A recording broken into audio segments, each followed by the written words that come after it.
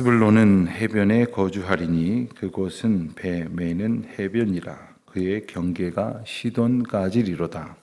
이사갈은 양의 우리 사이에 꿇어앉은 건장한 나귀로다. 그는 쉴 곳을 보고 좋게 여기며 토지를 보고 아름답게 여기고 어깨를 내려 짐을 메고 앞제 아래에서 섬기리로다. 다는 이스라엘의 한 지파같이 그의 백성을 심판하리로다. 다는 길섭의 뱀이요 샛길의 독사로다. 발굽을 물어서 그 탄자를 뒤로 떨어지게 하리로다.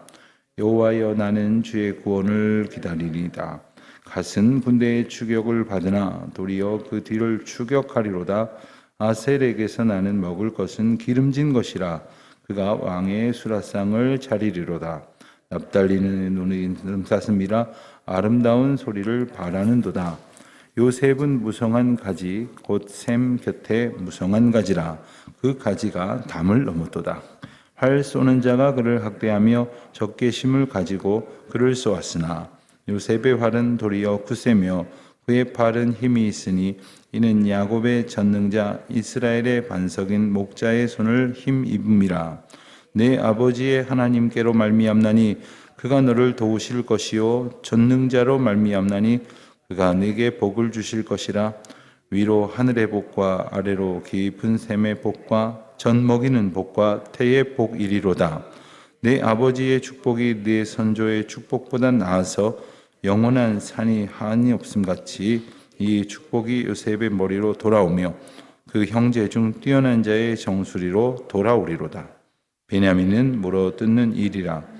아침에는 빼앗은 것을 먹고 저녁에는 움킨 것을 나누리로다.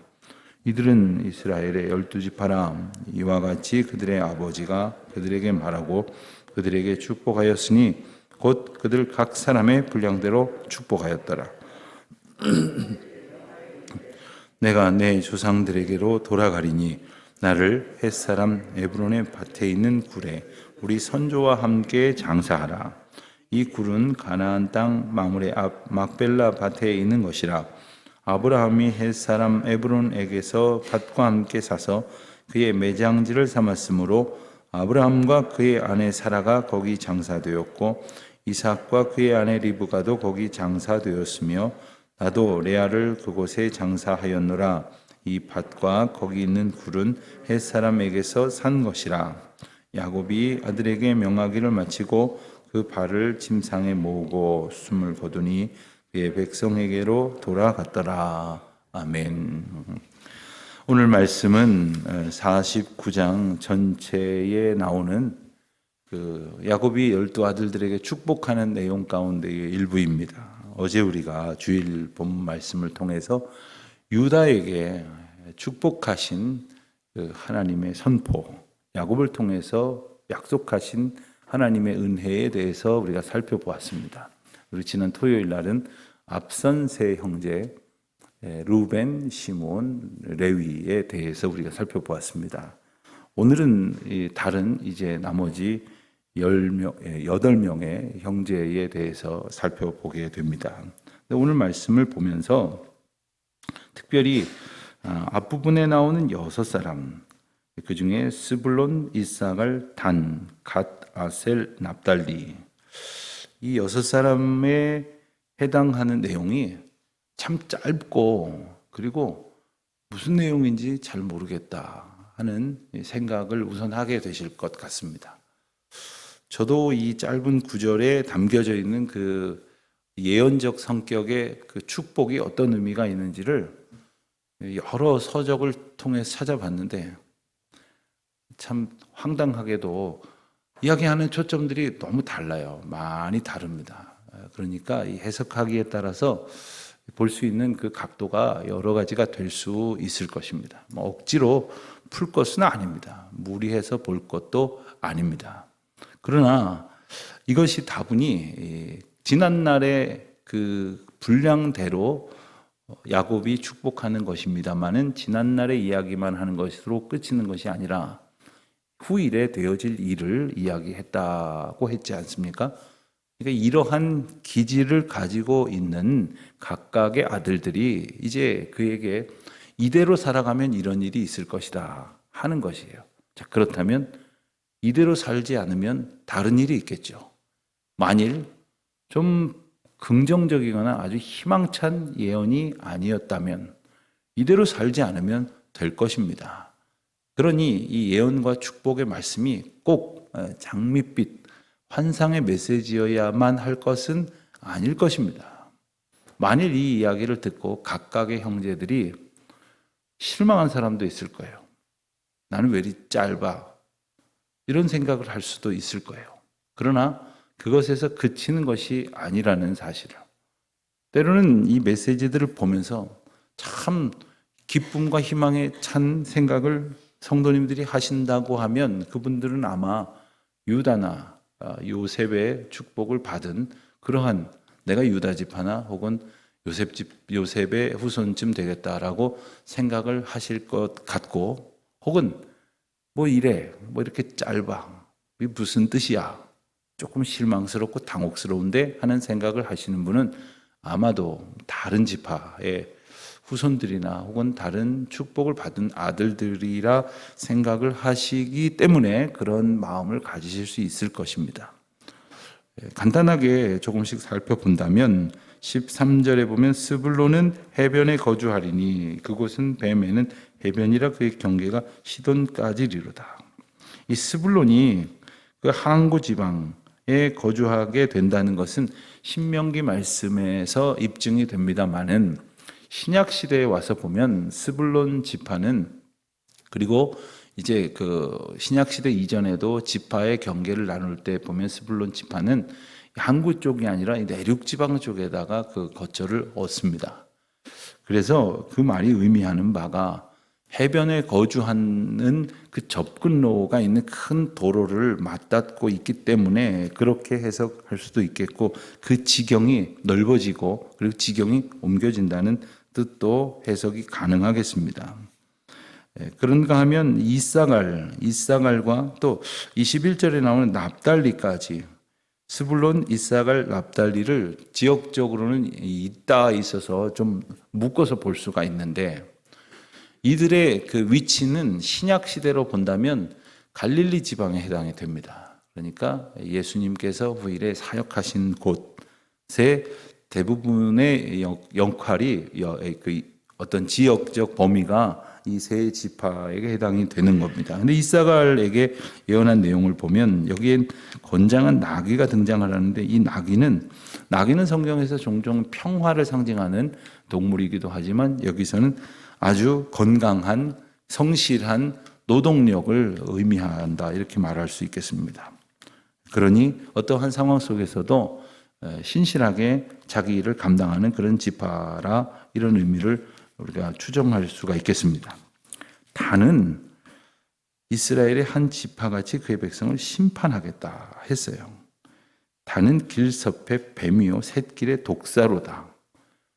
뱀이나 독사는 아주 크고 대단한 그러한 위세 있는 그러한 동물은 아닙니다만은 적어도 자기를 보호하고 그리고 치명적인 위험으로부터 벗어날 수 있는 그러한 강한 공격력을 가지고 있습니다. 단은 아주 작은 족속입니다. 나중에 지파가 분배된 것을 지도로 보면 제일 적은 그러한 땅을 받은 곳이기도 하고, 이후에 나오는 그 인구 조사를 봐도 단은 아주 작은 지파이지만 강한 능력을 가졌다. 단 지파에서 이제 삼손이 나오지요. 아마 그런 것도 추정을 해볼 수가 있겠습니다. 갓은 군대의 추격을 받으나 도리어 그 뒤를 추격하리로다. 공격을 받게 될지 모르지만 이제 도리어 견디고 오히려 추격할 수 있는 그러한 역량을 가졌다는 것이겠습니다. 아셀에서는 먹을 것이 나는데 그것이 풍성한 결실이요 왕의 양식이 된다 했고, 납달리는 아름다운 소리를 바란다고 했습니다. 바로 이 납달리 지경, 스불론과 이사갈과 납달리 지경에 복음이 가장 왕성하게 선포되어지는 그러한 그 사역지, 예수님의 주 사역지가 됨을 아마 이 말씀을 통해서 우리는 이해할 수 있겠습니다. 22절에 요셉을 보면 요셉은 조금 길게 언급이 되죠. 사실 요셉은 요셉의 두 아들 므낫세와 에브라임이 앞서 48장 말미에서 야곱에게 축복을 받음으로 그리고 야곱이 12아들의 반열에 그 두 아들을 마치 입양하는 듯한 그러한 관계를 설정함으로써 나중에 12지파를 이루는 데에는 요셉은 빠지고 그 두 아들이 들어갑니다. 그리고 우리가 잘 아는 것처럼 레위 지파는 이 12지파의 영역으로 흩어지고, 그리하여 각 성읍 모두 48개의 성읍에 흩어져서 그 성읍을 중심으로 레위인의 사역, 즉 성전과 제사를 돌보는 영적 사역을 감당하느라고 흩어집니다. 그래서 므낫세와 에브라임까지 12지파가 되는 겁니다. 자, 요셉에게는 어떤 축복을 했습니까? 무성한 가지, 샘 곁에 있는 무성한 가지. 여러분, 무성한 가지라는 것만으로도 아주 생명력 있게 잘 자라는구나 할 텐데 샘 곁에 있다고 했습니다. 그러니 생명력 있는 그러한 은혜를 얻는다 하는 것인데 그 가지가 담을 넘었다는 겁니다. 그러니까 자기 담 안에서만 그 열매를 나눌 수 있는 수준을 훨씬 넘어서서 풍성한 가지를 담장 너머로도 나눌 수 있다는 것입니다. 그 축복송 할 때 너는 담장 너머로 뻗은 나무, 가지 위 푸른 열매처럼 뭐 이런 찬양이 있죠. 뭐 못 들어보신 것 같은 분도 계신데 그렇다고 제가 부르지는 않습니다. 그 찬양의 가사를 아마 연상하실 수 있을 것 같아요. 가지가 열매를 맺고 있는데 이렇게 남의 집까지 이렇게 넘어져 있어요. 담장을 넘어서 이렇게 가지가 되어 있습니다. 어려서 저희 집에 대추나무가 하나 있었는데 이 대추나무가 이 옆집으로 이렇게 기울어져 가지고 거의 3분의 1이 그 집으로 이렇게 넘어가 있어요.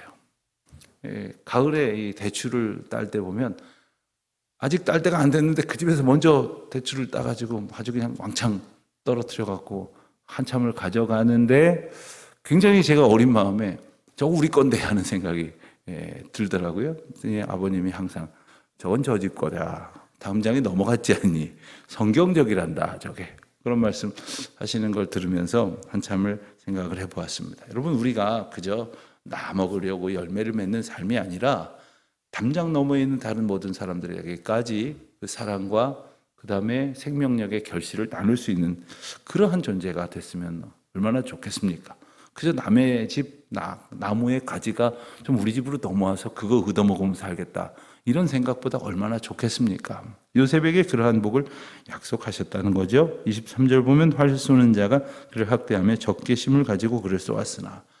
요셉의 인생이 사실 그러했죠. 요셉의 인생이 끊임없는 누군가의 공격에 시달렸습니다. 그러나 활 쏘는 자들이 그를 공격했지만 요셉도 활이 있었습니다. 근데 요셉의 활은 더 굳세고 그의 팔에 힘이 있었는데 그것은 자기의 힘이 아니라 야곱의 전능자 이스라엘 반석인 목자의 손을 힘입음이라. 야곱의 손에는 그냥 자기 힘으로 당길 수 없는 그러한 기운이 없는 그 형편 가운데 있었지만 목자의 손이 그를 지키고 보호하셨다 하는 것이죠. 25절 보면 내 아버지의 하나님께로 말미암나니 너를 도우실 것이요 전능자로 말미암아 네게 복을 주실 것이라. 참으로 복되고 귀한 약속이지 않을 수 없습니다. 반면에 27절에 보면 베냐민에 대한 축복이 나오는데 베냐민은 아마 대부분 베냐민의 축복을 읽고는 한 번 더 보셨을 거예요. 아니 이게 다야?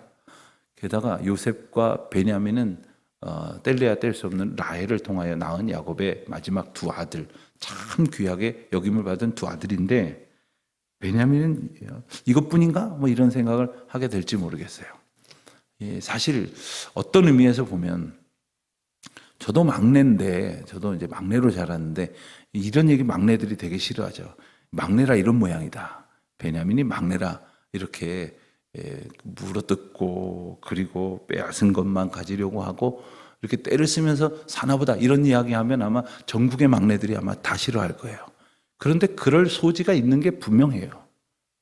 부인할 수 없는 그런 소지는 다른 형제들에서 분명히 있을 거예요. 말씀드린 것처럼 이 축복이라고 하는 것은 이러한 삶의 흔적으로 인하여 선포된 말씀이기도 하지만 후일에 되어질 일이기도 한 것입니다. 그러니 이런 기질로 그대로 살아가면 그런 모습이 나타날 수밖에 없지만 우리에게 때로는 이런 기질이 나타날 수밖에 없지만 성령 하나님의 인도하심과 우리를 변화시키시는, 인격을 변화시키시고 성격도 바꾸시는 하나님의 은혜를 힘입어서 의지하면서 살아갈 때에 하나님의 축복된 은혜의 백성으로 살게 될 것입니다. 분명히 부정적인 언급이라고 해서 축복이 아닌 것이 아닙니다.